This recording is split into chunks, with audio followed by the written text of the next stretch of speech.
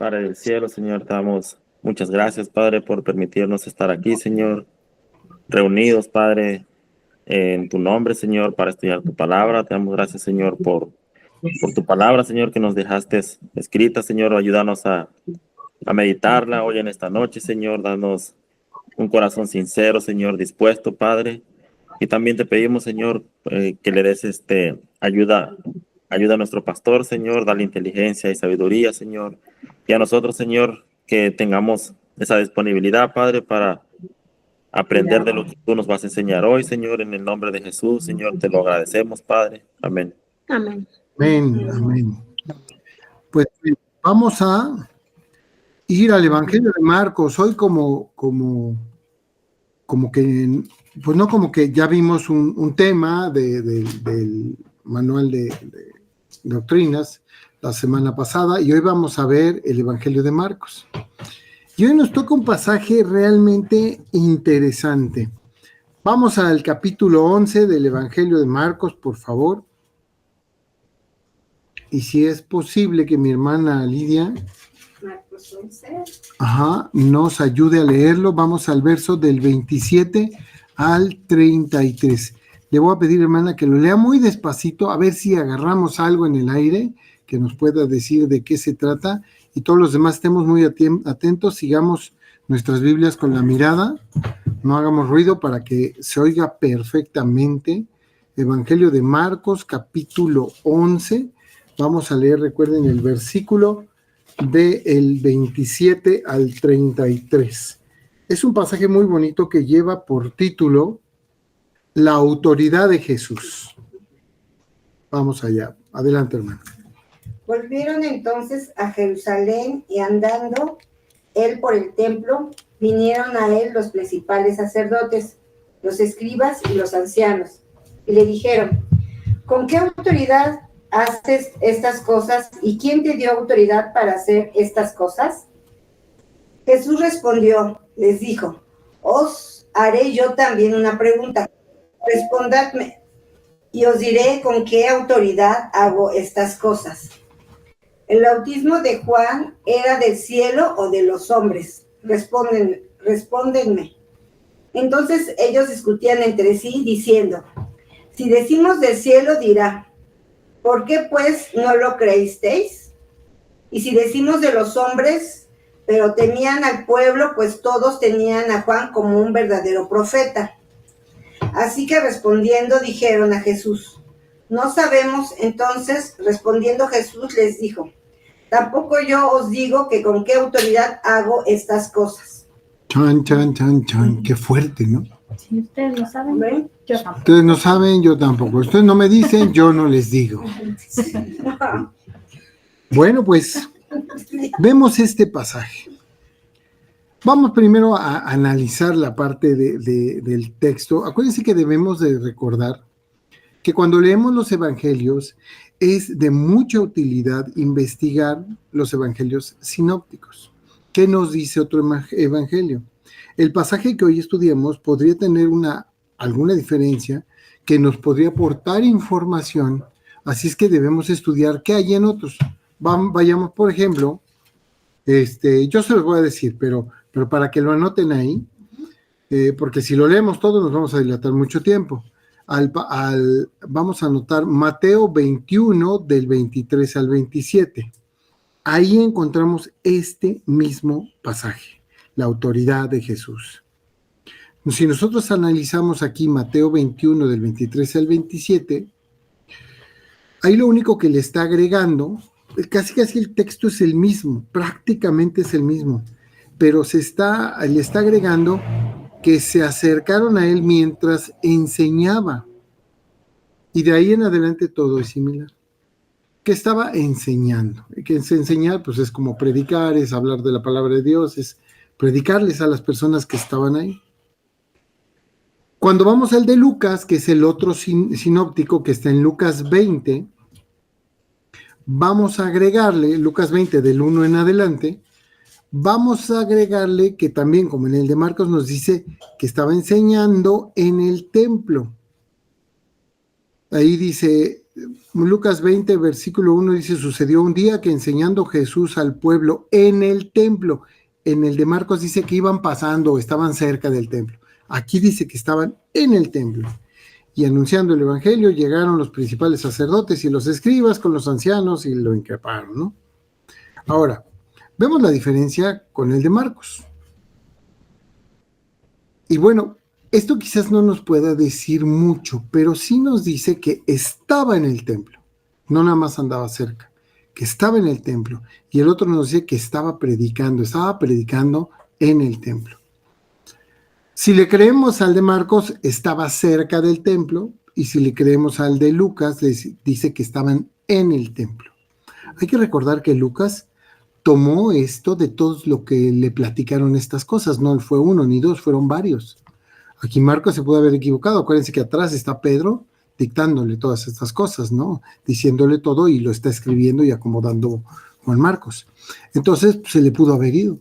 Sin embargo, Lucas le preguntó a varios y podemos darle un poquito más de credibilidad a Lucas porque él le preguntó a varias personas y todos se acordaban que estaban en el templo.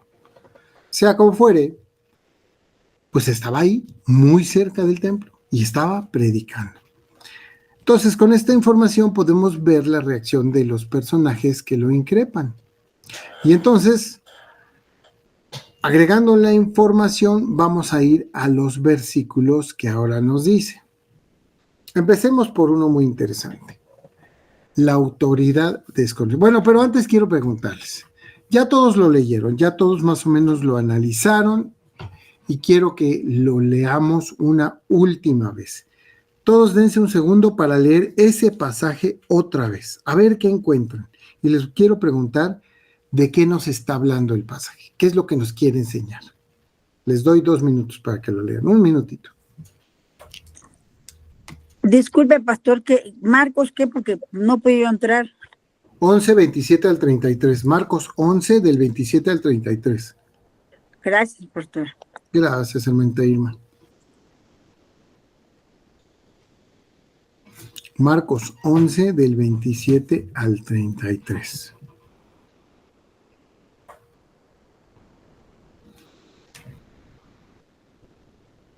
Cuando ya hayan acabado de leerlo, me avisan. Me dicen amén o me levantan la manita.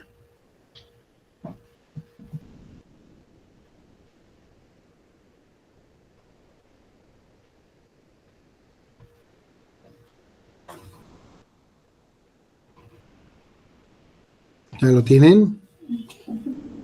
A ver, yo quisiera preguntarle a mi hermana Marce. Hermana Marce, ¿tú de qué crees que está hablando? ¿Qué es lo que el Señor Jesús nos quiere decir? De que Juan bautizaba con agua y sin el Espíritu, y cuando vino Jesús era porque era enviado de Dios y era con el Espíritu.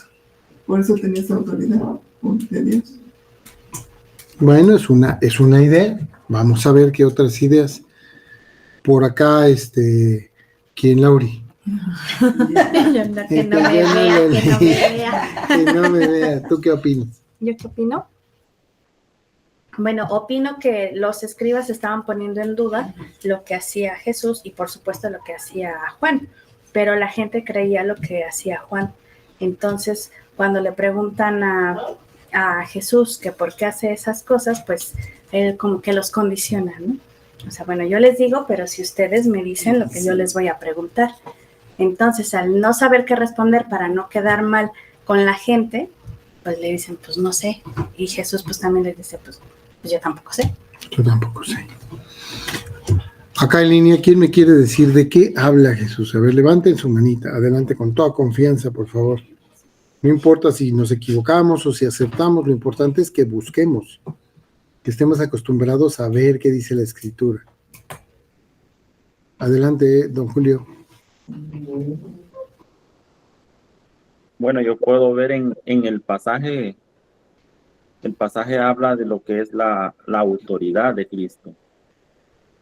Porque de hecho, no sé si lo dice en dos o tres veces, que habla sobre la autoridad de Cristo, sobre con qué hacía las cosas, porque ellos le decían, ¿con qué autoridad? O sea, el pasaje lo que yo veo en el pasaje, el tema principal es la autoridad de Cristo. Esa es mi visión. Ok, muy bien. A ver, por allá mi hermana Lidia. Sí, marcan que la autoridad de Cristo está por arriba de los sacerdotes, de la gente sabia, de la gente anciana.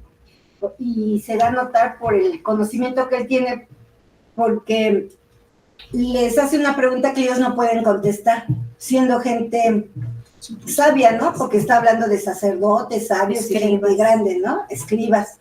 Y no pueden contestar lo que él les pregunta. Entonces, de esa forma él les da a notar que él todavía tiene más autoridad que ellos. Bueno, así lo noto yo, ¿no?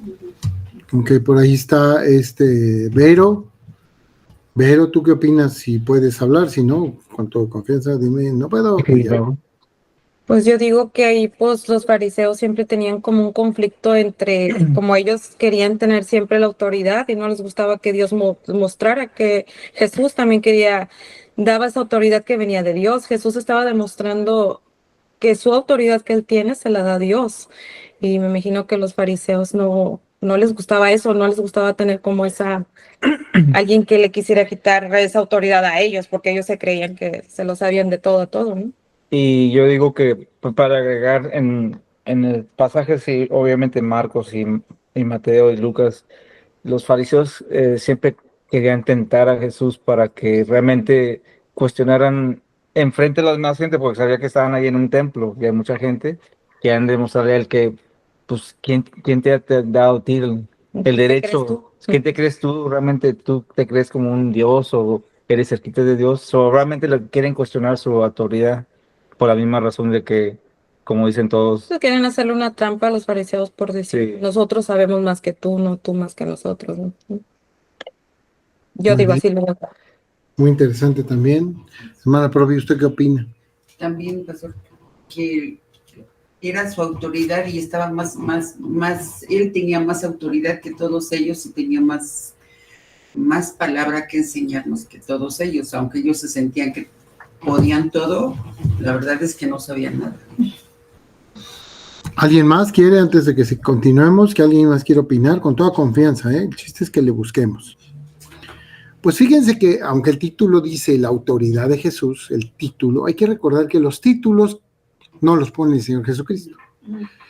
Y de hecho ni siquiera los pusieron los que compilaron la Biblia. Los títulos los ponen las sociedades bíblicas de acuerdo a lo que ellos comprendieron. Y como ahí le están increpando la autoridad por quién haces estas cosas, pues se les hizo fácil poner la autoridad de Jesús. Y sí, le están preguntando esto y puede llevar ese nombre. Sin embargo, el tema es todavía más profundo y que parece que no está ahí.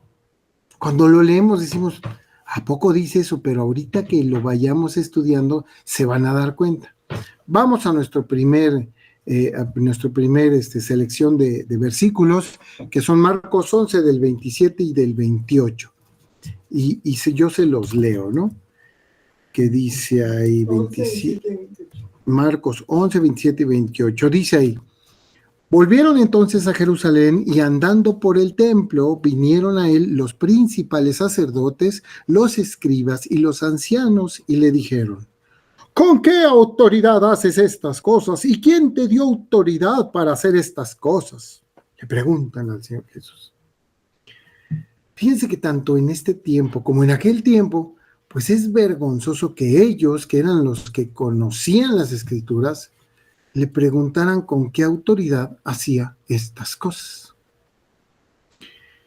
Para nosotros es muy claro, solo hay dos autoridades que pueden hacer esas cosas. Por un lado, el reino del cielo, donde reina Dios, y por otro lado, el reino de las tinieblas, donde el príncipe de la potestad del aire es el demonio. Vemos que Jesucristo estaba en el templo, vemos que estaba predicando. Por supuesto, siempre se apoyó del Antiguo Testamento, nunca predicó nada más. Aquí en este entonces hay que tomar en cuenta que todavía no existía el Nuevo Testamento. Se estaba haciendo para después escribirse. Entonces, ¿de qué predicaba el Señor Jesús? Pues del Antiguo Testamento. Pongamos que estos señores no escucharon nada de lo que estaba predicando, no me dijeron, ahí está este cuate, ya lo sabemos, ya habíamos oído de él. Pero en realidad es penoso que estando en el templo, ellos que viven ahí en el templo, que se la viven en el templo y esto y lo otro, pues que le pregunten quién le había dado autoridad para hacer lo que él hacía. No hay que olvidar que en la secuencia del Evangelio de Marcos, anterior a este, vemos entrando al Señor Jesucristo en un pollino en Jerusalén, mientras la gente lo alababa, tirándole palmas y mantos a su paso. ¿Se acuerdan? Ese pasaje que vimos hace algunos días. Sin embargo, también era conocido por muchos lugares. El nombre de Jerusalén ya se había hecho, y cuando empezamos vimos cómo empezó a hacerse famoso por toda la comarca, ¿no? Y todas las cosas que había hecho, pues en los poblados conocidos por todos lados donde había pasado, hizo cosas que la gente pues las decía, y si viajabas a tal lugar, yo conocí a un Jesús que hizo esto, yo también lo conocí en otro lado, ¿a poco? Sí, es el mismo, ¿no? Y bueno, ¿qué cosas había hecho? Sacado demonios, y también había hecho milagros a los enfermos, sin contar que había dado de comer a muchas personas, a 5,000 y luego a 7,000, de la nada. ¿Todas estas cosas le hacían mal a las personas? Por supuesto que no. Todas estas cosas eran buenas para las personas y les hacían bien a las personas, además de enseñarles con su propia palabra. ¿De dónde podía venir todo esto que es bueno? Pues es obvio que de Dios. El demonio no va a hacer cosas buenas para la gente. Quizás al principio para que parezca que sean buenas, ¿no? Como a los rateros les ayuda a que su primer robo les salga bien, ¿no? Y se salen con la suya, ya tengo mi dinero, vamos a gastar, ¿no? Bueno, pero eso no es bueno, ni para ellos ni para nadie, porque seguramente se embriagan, etcétera, etcétera, ¿no? ¿Quiénes eran estas personas? ¿Por qué increpan al Señor Jesucristo? Hablamos de los principales sacerdotes. Se dice que los principales sacerdotes habrían sido de la tribu de Leví. Moisés, Aarón y Miriam eran todos levitas, al igual que miles de otros hombres y mujeres. Dios indicó que el sumo sacerdote tenía que ser descendiente directo de Aarón. Todos los sacerdotes eran levitas, sin embargo, no todos los levitas eran sacerdotes. Solo algunos de los levitas pertenecían al sacerdocio araónico, o sea, de Aarón. ¿Qué dice en Éxodo 29, versículo de 7 al 9? Para que veamos esto que les estoy diciendo. Vamos a respaldar lo que estamos diciendo con Éxodo 29, del 7 al 9.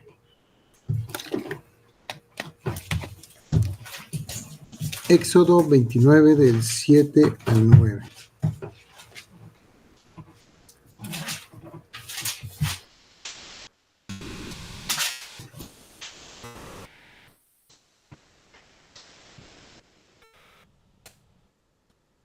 Éxodo 29, del 7 al 9 nos dice: Luego tomarás el aceite de la unción y lo derramarás sobre su cabeza y le ungirás, y harás que se acerquen sus hijos y les vestirás las túnicas. Les ceñirás el cinto a Aarón y a sus hijos y les atarás las tiaras y tendrán el sacerdocio por derecho perpetuo. Así consagrarás a Aarón y a sus hijos. Y de ahí, pues los hijos de sus hijos y los hijos de sus hijos, ¿no? Estos eran los principales sacerdotes, ¿no? Que estamos hablando. Ahora, ¿quiénes eran los escribas? Pues los escribas en el antiguo Israel eran los hombres sabios cuyo trabajo era estudiar la ley, transcribirla y escribir comentarios de la misma. Ellos a veces eran contratados cuando pues, se les presentaba algún documento necesario para una relación entre pueblos y cosas así, o cuando se requería alguna interpretación en algún asunto jurídico, porque pues, la ley, recuerden que en ese entonces la ley de Dios era la ley del hombre y no había otra ley. Ya posteriormente con los romanos ya había la ley de los romanos y la ley hebrea, ¿no? Por ejemplo, había alguien que es Esdras, que era un escriba diligente en la ley de Moisés. Fíjense, vamos a Esdras 7, versículo 6.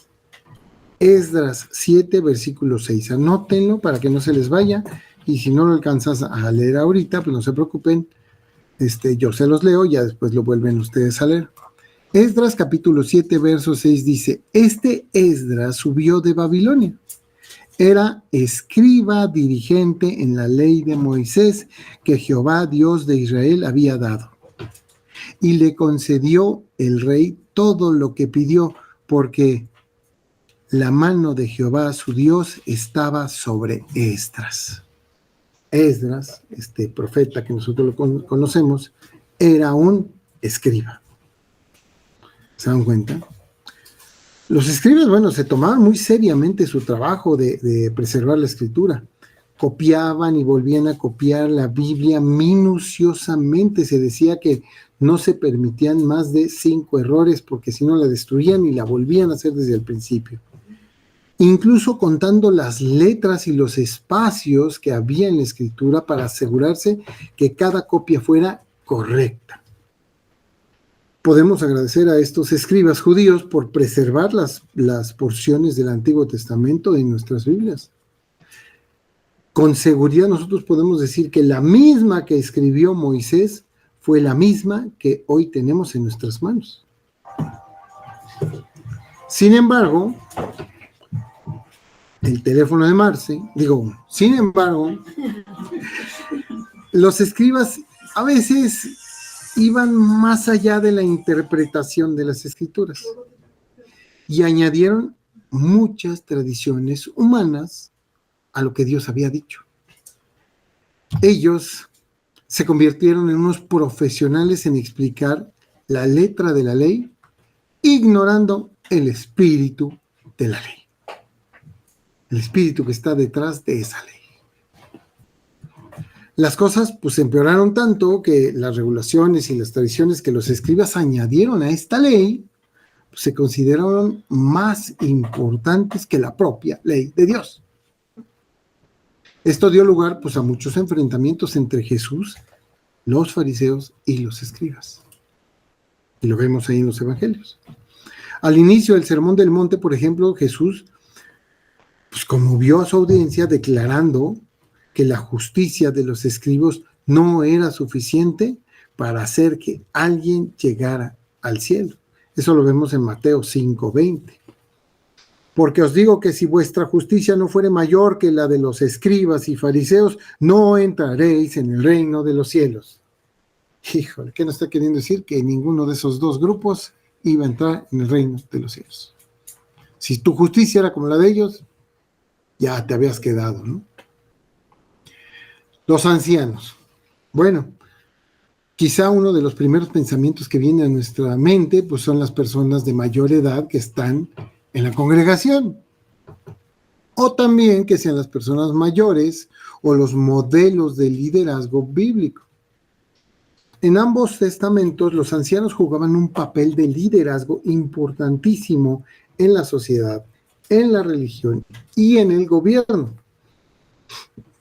En el Nuevo Testamento, por ejemplo, se sugiere en ciertos contextos que existió un líder o un pastor como Timoteo o como Tito, responsable de entrenar y establecer ancianos. Entonces, realmente no los establecía por su edad, porque pues, no, ellos se establecen solos, ¿no? Los que cumplan más de 65 ya se pueden jubilar, pero aquí no. Aquí a los que cumplan más de 65 ya pueden entrar al Sanedrín, ¿no? Pero no, realmente no, los tenía que establecer Timoteo y Tito. Necesitaban ciertas características. Mientras que en otros contextos se da por hecho que el liderazgo está conformado por ancianos en funciones pastorales, de enseñanza y de administración eclesiástica. Como Pedro lo menciona en su carta, miren ahí en Primera de Pedro, capítulo 5, versos del 1 al 5. Anótenlo, yo se los leo porque está bastante largo. Primera de Pedro, capítulo 5, versos del 1 al 5, donde nos dice: ruego a los ancianos que están entre vosotros, yo anciano también con ellos, y testigo de los padecimientos de Cristo, que soy también partícipe de la gloria que será revelada. Apacentad la grey de Dios que está entre vosotros, cuidando de ella, no por fuerza, sino voluntariamente, no por ganancia deshonesta, sino con ánimo pronto, no como teniendo señorío sobre los que están a vuestro cuidado, sino teniendo ejemplo de la grey. Y cuando aparezca el príncipe de los pastores, como recibiréis la corona vosotros recibiréis la corona incorruptible de gloria.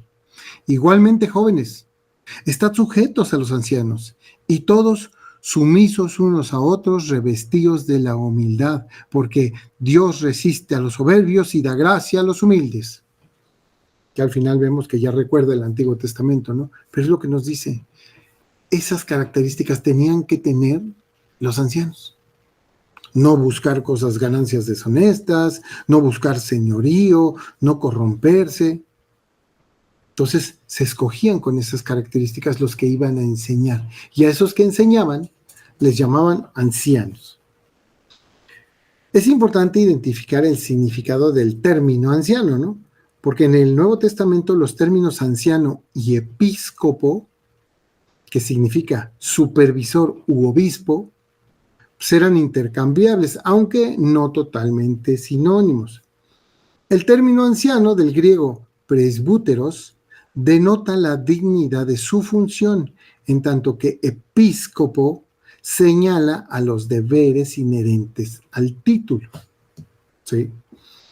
En los tiempos de Cristo, pues los ancianos judíos eran líderes comunitarios con funciones diversas, que incluían, pues como les dije, la administración de la justicia, la representación del pueblo y la supervisión en asuntos locales y tribales. Eran hombres respetados por su edad, pero sobre todo por su experiencia. Y a menudo, pues obviamente, ocupaban posiciones de autoridad en el gobierno y en la sociedad. Al final de nuestro versículo que estamos analizando, el verso 28 nos dice, Marcos 11:28 dice, y le dijeron, ¿con qué autoridad haces estas cosas? ¿Y quién te dio autoridad para hacer estas cosas? Le preguntan a Cristo. Ya vimos cómo eran estos que le están preguntando, ¿no? O cómo debían de ser también. Para poder contestar esta pregunta que le estás haciendo aquí a Jesucristo, debemos de preguntarnos algo antes. ¿Cuáles eran las cosas que hacía Cristo? Y todos las sabemos porque ya hemos estudiado bastante los evangelios.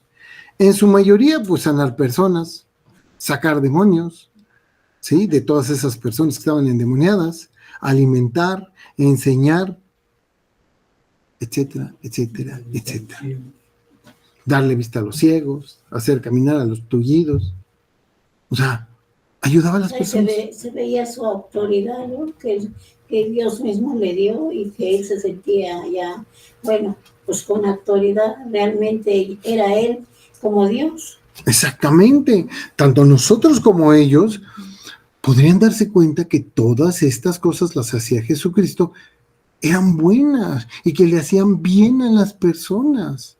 Alguien podría definir, y esto lo tenemos que hablar, porque alguien les va a decir así, cosas buenas. ¿Qué significa cosas buenas? Porque no todo esto, porque todo esto puede ser subjetivo, pues lo que para alguien es bueno no necesariamente es bueno para otra persona. Así me lo han dicho a mí. Pero esto es un absurdo total. Y es no tener ganas de buscar la verdad, sino buscar complicarse la existencia o buscar que uno no tenga razón. O sea, llevarle la contra con algo que no tiene nada que ver. ¿Por qué? Porque lo bueno es lo que hace sentir y estar bien a una persona. No nada más sentir bien. Porque alguien puede estar muriéndose en el lecho de muerte y pues, me siento bien, estoy tranquilo, me siento bien. Pero no es cierto, está mintiendo, ¿no? Simplemente está alucinando, o no sé, ¿no? Pero realmente se está muriendo, no creo que se sienta bien. Pero lo que te hace sentir bien y estar bien, eso es lo bueno.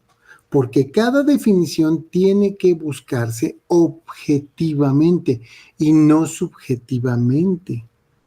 A nadie le debe importar que alguien se sienta bien o mal de una persona, solo a esa persona. Y claro, al doctor que lo va a curar, ¿no? Si no, ¿cómo lo curan? Pero su definición personal, pues no nos afecta. Que alguien opine algo diferente a mí, pues a mí no me afecta, porque yo tengo mi opinión, Laura tiene su opinión, el vecino tiene su opinión, y los brujos de aquí a la vuelta, pues tienen su opinión, ¿no? Y bueno, A nuestra vista, pues estamos en lo correcto. A la vista de los brujos, pues ellos están en lo correcto, pero ¿quién se va a ir al cielo? Ahí tan fácil, ¿no? Pues ellos no, porque ni saben ni les interesa. Por lo tanto, seguramente lo que hacía Jesucristo, subjetivamente no les gustaban los escribas, fariseos, ancianos y demás. Pero esto daba igual, porque si era bueno para la gente, era bueno para Dios. Ya para el Nuevo Testamento y un nuevo pacto, Dios quiere que las personas sean como Cristo, ¿sí? Y por eso, lo que Cristo hacía, lo enseñaba para que las personas lo hicieran. Si no, no tendría ningún caso que Jesucristo se hubiera hecho hombre y hubiera venido a las personas. Efesios 4, del 11 al 13, nos dice eso claramente. Efesios 4, del 11 al 13, nos habla de estas personas, pero ya con otros nombres, de los ancianos y los escribas y los principales sacerdotes. Nos habla, pero ya con otro nombre, porque esto cambia, ¿no? Efesios 4, del 11 al 13, nos dice, y él mismo, hablando de Jesucristo, constituyó a unos apóstoles, a otros profetas, a otros evangelistas, a otros pastores y maestros, a fin de perfeccionar a los santos para la obra del ministerio, para la edificación del cuerpo de Cristo, hasta que todos lleguemos a la unidad de la fe y del conocimiento del Hijo de Dios, a un varón perfecto a la medida de la estatura de la plenitud de Cristo. ¿Qué quería el Señor de nosotros? ¿Qué quiere Dios de nosotros al mandarnos a Cristo? Pues que seamos como Cristo, así de sencillo. Y hemos visto otros pasajes que dice Dios quiere lo bueno porque su pensamiento para con ustedes es de bien y no de mal, y etcétera. Pero eso es lo que quiere. ¿Sí? Entonces nos damos cuenta que la autoridad se la había dado Dios, ¿no? Quid pro quo. Marcos 11:29 dice, Jesús respondiendo les dijo, os haré yo también una pregunta, respondedme y os diré con qué autoridad hago estas cosas. Quid pro quo es una locución latina que significa literalmente algo por algo o esto por aquello. O sea, tú me preguntas esto, bueno, yo te doy esta respuesta si tú me respondes la otra. Quid pro quo. Entonces, esto justo es lo que está pidiendo Cristo. Y va a ser la parte central de nuestro pasaje. Este versículito 29 es la parte central de nuestro pasaje. ¿Por qué lo hace el Señor Jesucristo? El Señor Jesús podría haberles contestado y ya, decirles, por Dios, Dios me mandó. Ya lo había hecho otras veces diciéndoles, ¿no? Pero ¿por qué no les dice? El problema es que, aunque ellos entendían el idioma, ellos no lo hubieran comprendido. Porque no querían comprender ni entender a Cristo. No lo querían aceptar. Lo único que querían es encontrar razones para que blasfemara o se equivocara en algo y poderlo llevar a juicio. Y sacrificarlo, por supuesto. Recordamos que el Señor Jesús tiene la capacidad de conocer los pensamientos de las personas. Entonces, seguramente Él estaba conociendo lo que ellos pensaban. No nos lo dice la Escritura, pero nosotros lo sabemos. Si sabemos que conoce nuestros pensamientos, pues que no conozca los de estos hombres. ¿Sí? Y más adelante veremos por qué les hace Él esta pregunta. Pero, conociendo sus intenciones, el Señor está más interesado en que ellos recapaciten y se arrepientan, en que ellos sepan la verdad que no querían saber porque estaban siendo dominados por el odio. ¿Qué nos dice 2 de Pedro 3:9? Este ya lo deberían de tener ahí subrayado en sus Biblias, no es lo que quiere el Señor. 2 de Pedro 3:9 dice, el Señor no retarda su promesa. que le estaban diciendo a Pedro, oye, tú dijiste que el Señor Jesús iba a regresar pronto y ya pasaron 2 horas y no llega, ¿no? Bueno, unos meses, unos años y no llega, ¿no?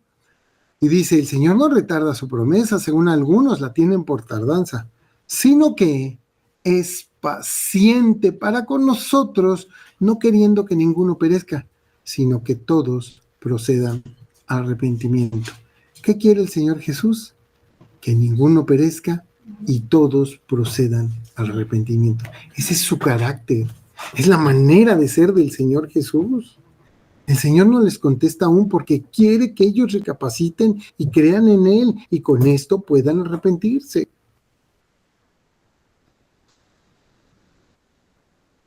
Vamos a saltarnos aquí un poquito y vamos a la pregunta capciosa. La pregunta capciosa.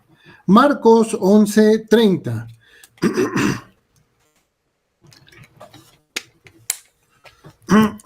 Bueno, dice, el bautismo de Juan, Marcos 11:30. El bautismo de Juan, les pregunta, ¿era del cielo o de los hombres? Chan, chan, chan, chan. Respondedme. Y entonces empieza a contar el segundero, ¿no? Tic, toc, tic, toc, tic, toc. Y nosotros así, ay, ¿qué le contesto? ¿Qué le contesto? Se me van a ir los millones. Ah, no, ¿verdad?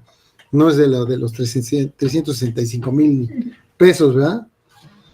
Bueno, ante esta pregunta debemos de recordar algo que ya habíamos estudiado aquí, cuando vimos Marcos capítulo 1, verso 4. Yo voy a ir rápido para que no lo busquen en los videos o en sus apuntes, pero cuando hablamos ahí de Marcos 1:4, lo que dijimos acerca del bautismo de Juan y todas estas cosas, dijimos, el bautismo que predicaba Juan el Bautista no fue invención suya, que practicaba Juan el Bautista, no fue invención suya, sino que le vino del cielo, y era como el pasaje lo dice, predicaba el bautismo de arrepentimiento para el perdón de los pecados. ¿Por qué decimos que del cielo? Porque ¿quién puede perdonar pecados sino Dios?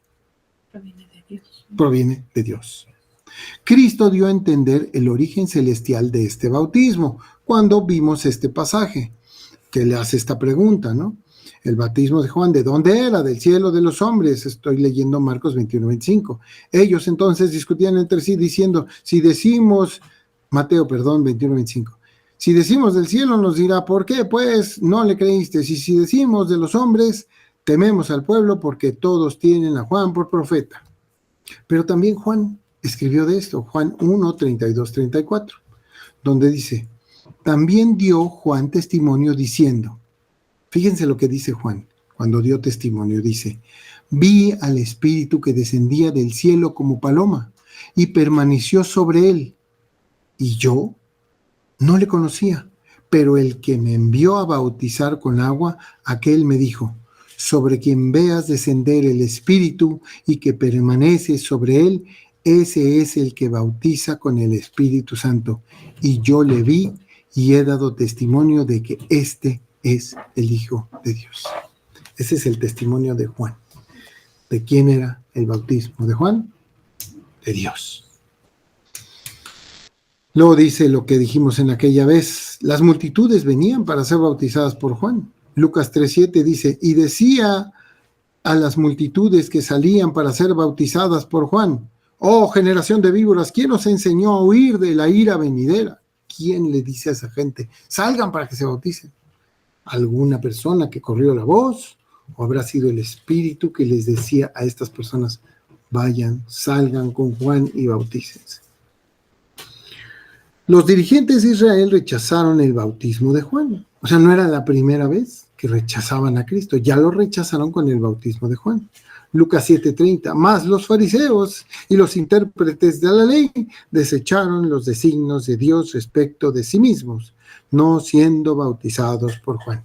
Ellos no tenían de qué arrepentirse porque ellos eran bien chipocludos, todo lo hacían bien. Entonces dijeron, ¿para qué vamos con Juan? No, eso es para los pecadores, nosotros aquí estamos bien. Bueno, hasta ahí nuestra cita de aquel pasaje, ¿no? Es claro que era un bautismo ordenado por Dios mismo para que bautizara al Señor Jesús y a muchas otras personas que querían arrepentirse. Y si nos damos cuenta, son los mismos los que lo rechazaron entonces y después cuando increparon a nuestro Señor Jesucristo. Entonces la respuesta de nuestra pregunta es, sí, es del cielo. Falsa ignorancia. Porque le contestan, Marcos 11:31, entonces ellos discutían entre sí diciendo, ay, si decimos del cielo dirá, ¿por qué pues no le creísteis? Y si decimos de los hombres, pero temían al pueblo, pues todos tenían a Juan como un verdadero profeta. Así que, respondiendo, dijeron a Jesús, no sabemos. Pues con eso se la sacaron de la manga y dijeron, mejor le decimos que no sabemos. Ante la pregunta que les planteaba el Señor Jesucristo, Jesús, ellos al cavilar la respuesta resolvieron mejor mentir, porque la verdad es que sí sabían. Es claro que ellos sabían la respuesta, sabían todo porque tenían, de primera conocían las Escrituras, y todo lo que hizo Juan ya venía previsto, ya estaban las profecías de lo que iba a hacer Juan, entonces ellos sabían. Dos, ellos tenían espías en todos lados, tenían gente que les informaba todo lo que estaba pasando, sino cómo conocían a Jesús. Entonces ellos conocían la verdad, pero sus ojos estaban tapados por un velo de maldad. ¿Por qué lo sabemos y no decimos simplemente que no lo sabían? Ay, pobrecitos de escribas, y los principales sacerdotes eran ignorantes, no los juzguen, pobrecitos. No. El escritor Marcos nos dice que ellos pensaron, se preguntaban entre ellos. Y escribió, si decimos que del cielo dirá, porque pues no le creíste, y si decimos de los hombres, y luego ya aquí agrega Marcos, pero temían al pueblo, pues todos tenían a Juan como un verdadero profeta. Analicemos el pensamiento. Si decimos del cielo dirá, ¿por qué no le creísteis? Bueno, recordemos que los tres tenían una alta responsabilidad sobre las escrituras, no eran así cualquier improvisado de que, ay, pues yo no sabía, no podían decirse ignorantes. Entonces debían de saber lo que éstas decían y advertir y aconsejar al pueblo. Sin embargo, estos hombres hacían lo contrario. Por tanto, el Señor Jesús, con justa razón, les iba a reclamar, ¿por qué no le creyeron a las Escrituras? ¿Por qué no le creyeron a Juan si ahí está profetizado? ¿No? Ellos hubieran quedado muy mal con el pueblo, porque el pueblo dice, pues estos son los que nos están enseñando, y no sabe, el maestro no sabe, pues maestro vaya a estudiar y luego nos dice, ¿no? Porque cualquiera puede ser maestro, yo soy maestro, yo les voy a decir algo de física cuántica, pero yo qué sé de física cuántica, los haría equivocarse, ¿sí? Ahora, el 2, si decimos de los hombres, dicen ellos, temían al pueblo porque todos respetaban a Juan. Pero además de respetar a Juan, también a ellos los respetaban. La gente los respetaba, les pedía consejo. Pero aún mejor, ya también respetaban al Señor Jesucristo por todas las cosas que había hecho. Entonces estaban en competencia. Como ellos no hicieron nada para evitar que Juan Bautista muriera, el pueblo se habría de abalanzar sobre ellos, porque Juan era considerado un profeta de Dios y no hicieron nada para detener su muerte. Seguramente los habrían apedreado o simplemente perderían toda la confianza de ellos y quedarían abandonados, ¿no? En una de las últimas. ¿Por qué? Porque se dejaron manipular. Lo mejor a todo esto era la mentira. El decir una cosa que no era la verdad. ¿Y cómo se le llama al que miente? Pues mentiroso, ¿no? ¿Y un mentiroso qué es? Pues un pecador, ¿no? Vemos que se juntaron para pecar, para mentir en contra de otro, y no es muy difícil que cualquiera de los hebreos que estaban ahí alrededor pudiera recordar el proverbio tan famoso. Entonces, como ahora, fíjense, ahí sí vamos, a Proverbios 6, del 16 al 19.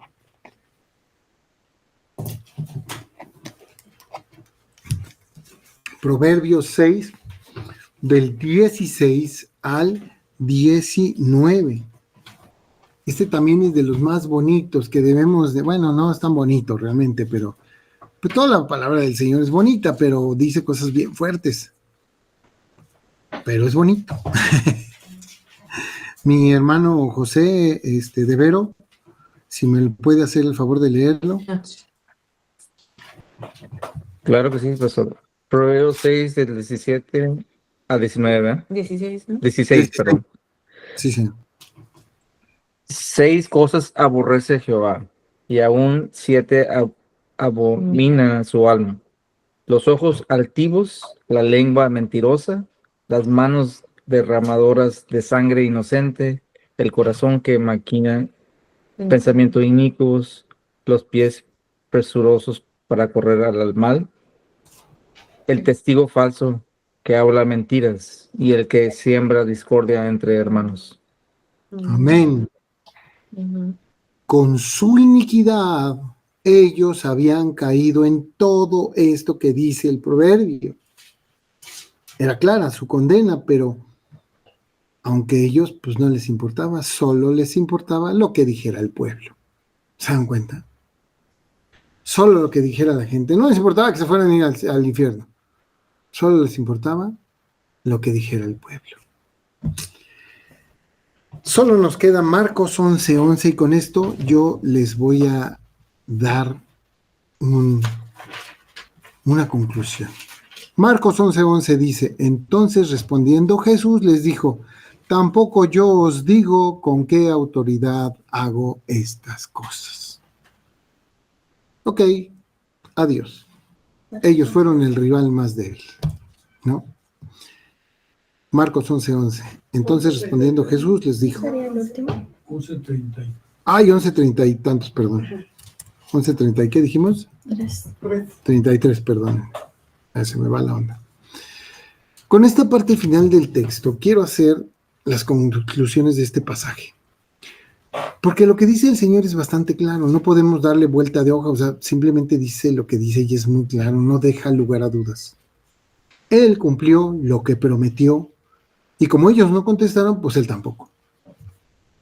Ahora, es claro que la maldad de los principales sacerdotes, los escribas y los ancianos no les dejaba ver que tenían a Dios hecho hombre frente a ellos. No lo podían ver. Y no lo vieron. Y no lo vieron. No lo vieron. 9 en punto. 9 en punto, dice la computadora. Eran nuestras alarmas. Eran tan ciegos que no podían ver que todo lo que el Señor Jesús hacía venía de Dios. Por lo bueno que era para las personas. ¿Cuándo el diablo va a hacer algo bueno para las personas? Pero también vemos que el Señor, en lugar de contestarles llanamente de dónde venía su autoridad directamente, Él decide hacerles otra pregunta. Vemos que con la pregunta les está dando oportunidad de creer, de darse cuenta dónde están, de arrepentirse. Pues la misericordia del Señor es incomparable. Cualquier otro de nosotros los hubiéramos, del Señor, no sé quién crees, ¿qué te pasa? O sea, ya reacciona. Pero el Señor calmado, tranquilo, dice, les voy a hacer una pregunta, en lugar de decirles. Pero con eso les está dando esa oportunidad. Por su parte, los principales sacerdotes, los escribas y los ancianos no querían ver la verdad. Su necedad no les dejaba creer. Y por lo mismo, no iban a poder arrepentirse. Desaprovecharon la oportunidad. Desaprovecharon esa oportunidad. Eso le pasa a muchos de nuestros conocidos y familiares. Tristemente. Siempre les va a preocupar más lo que piense la gente de ellos que conocer la verdad del Señor. Que saber que peligran y se van a ir al infierno. No quieren arrepentirse porque el hacerlo, el arrepentirse, significaría en sus vidas que han estado mal y equivocados todo este tiempo. Y el orgullo es muy mal consejero. Al final, se dan cuenta que el Señor Jesús los pone en una encrucijada, misma que los hace ver como los malos que son. A estos escribas y ancianos, a estos los hace ver como los malos que son y los lleva a darse cuenta que son esclavos de la maldad y del pecado, cayendo nuevamente en el pecado, pero ahora en el de la mentira. Algo que, pues, como lo vimos, es abominable para el Señor. Lo mismo que algunos amigos y familiares. Ah, no, si eso yo ya lo sé, ¿Ya has leído la...? Sí, ya la leí como 3 veces, sí. Sí, no, yo por eso no creo en esas cosas, porque yo ya sé todo lo que dice ahí, todo. No, hombre, yo ya sé. Qué triste, ¿no? Dicen que ya saben. Que la religiosidad de ellos no los dejaba ver a quién tener enfrente. Lo que sea. Eran atrapados. Porque eran apegados a su religión. Están esclavos del pecado, de la idolatría, de todo eso.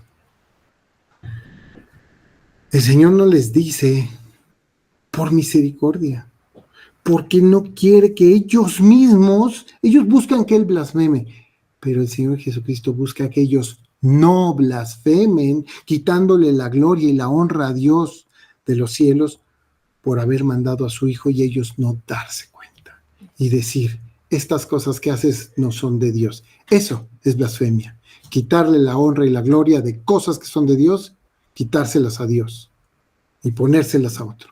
Eso es blasfemia.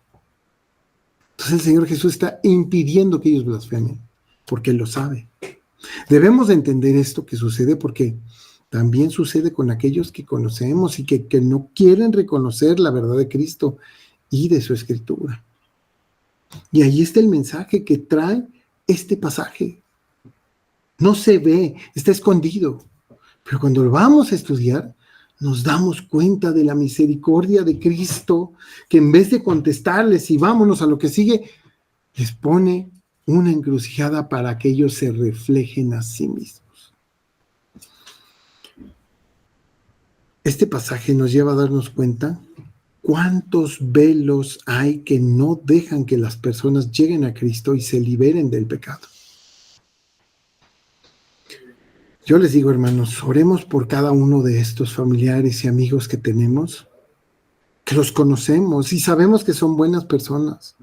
Y pidamos a Dios que nos permita que caiga esa venda de sus ojos, para que ellos alcancen, aunque sea vislumbrar, la luz del Evangelio. Muchas gracias, queridos hermanos. Perdón, pero me da mucho sentimiento. Bueno, todos conocemos a alguien, no sé si tengan algún comentario, alguna cosita que quieran agregar, con toda confianza. ¿Qué les digo? Gracias. Gracias. ¿Comentarios? ¿Comentarios? ¿Alguien? Silencio total. Tristeza porque tenemos mucha gente conocida que uno le ha querido decir y no. Bueno, y también creo que hay que tener don para eso, porque yo veo una de mis hijas, una plaquita, se ha llevado clientes, se ha llevado empleados a la iglesia y se los lleva a paseo. Y yo he invitado tanto a los empleados, es que el domingo hago el otro, es que no, es que iba muy lejos, imagínense para subir una isla, me voy con usted a la plática. No, es muy peligroso eso. Entonces, tiene mucho pretexto. Y Sandra los invita, ¿sí van? Y yo, conmigo, no creo que no tengo ese don, no demuestro. No, porque dicen que la gente se siente su presencia, ¿no? Que trae la bendición, el amor, yo no sé. El pastor decía, cuando uno entra en este negocio, se siente la paz. El negocio de mi hija Sandra. Dice, se siente, dice, ¿por qué creen que hay tanta cliente? Porque aquí se siente la paz. Qué bonito. Qué bonito. Don Raúl, por favor, con confianza. Gracias.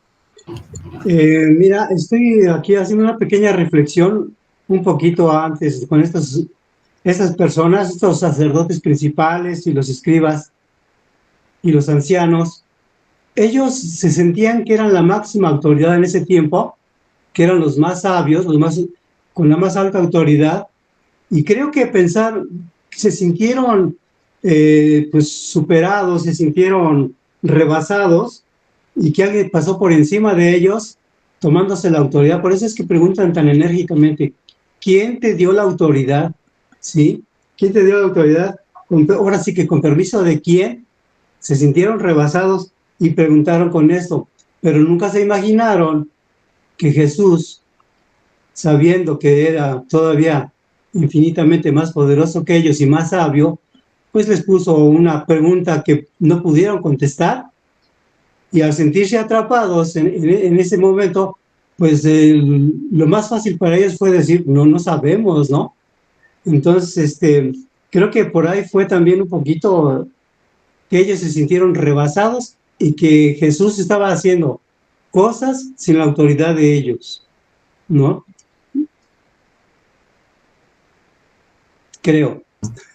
Pues sí, de alguna manera, pues no querían ellos ver, no tenían ganas. Ellos conocían las escrituras, sabían todas las profecías. Es más, ya se conocía dónde había nacido Cristo, dónde había vivido, y conocían las escrituras que hablaban de eso. Ya eran profecías cumplidas y ellos debían de saberlas, las sabían, pero no querían ver. Exacto, no querían entender, no querían aceptarlo, ¿verdad? En nuestro caso, la gente se da cuenta. Yo veo que personas luego se acercan a algún hermano o a mí mismo, ¿no? Y, ay, es que usted es una persona tan buena. Se acercan allá al negocio de doña Sofi y dicen, ay, es que aquí se siente la paz. Bueno, de su hija, ¿no? Ay, aquí se siente la paz. Pero, ¿y luego?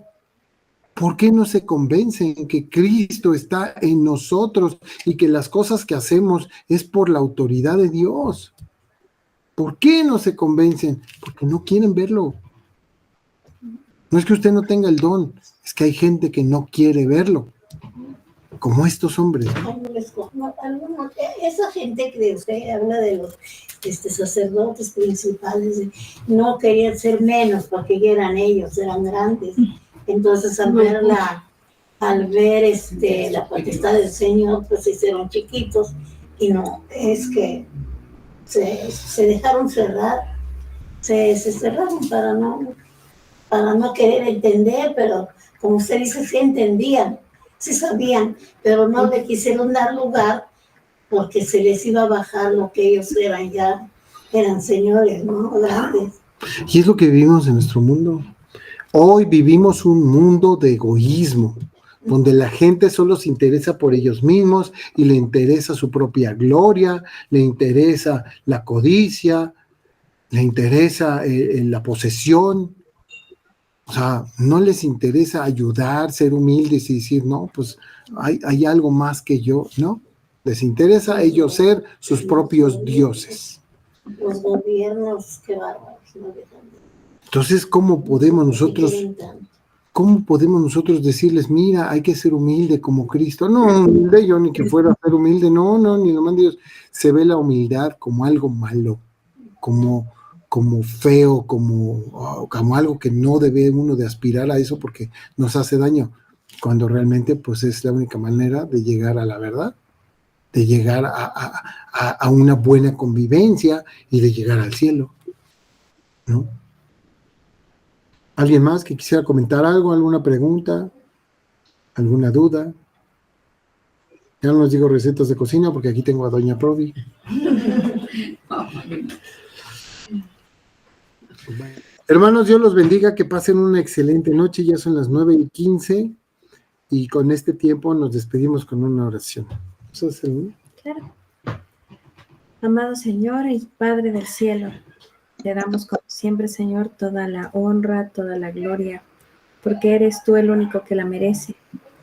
Te damos las gracias porque nos instruyes con tu palabra, porque nos guías y nos muestras siempre a través de ella qué hacer, cómo actuar, cómo entenderte y sobre todo cómo llegar a ti. Te pedimos de esa forma que las personas que no te conocen puedan llegar a ti y que no se hagan los que no saben que tú existes, que eres Dios, que eres Cristo y que eres soberano. Que entiendan que tú eres el camino, que tú eres la verdad y que tú eres la vida y que sin ti no somos nada, Señor. Te damos gracias por todos los que se conectaron hoy y que apartaron un tiempo de su noche para congregarse por medio de línea, presencial, pues la distancia es lo de menos. Te damos honra y gloria por eso, Señor, y te pedimos también, te rogamos que cuides de cada familia, que cuides de cada hogar de los que están aquí, y también por aquellos que han dejado de congregarse, por aquellos que han dejado de asistir, que son inconstantes también.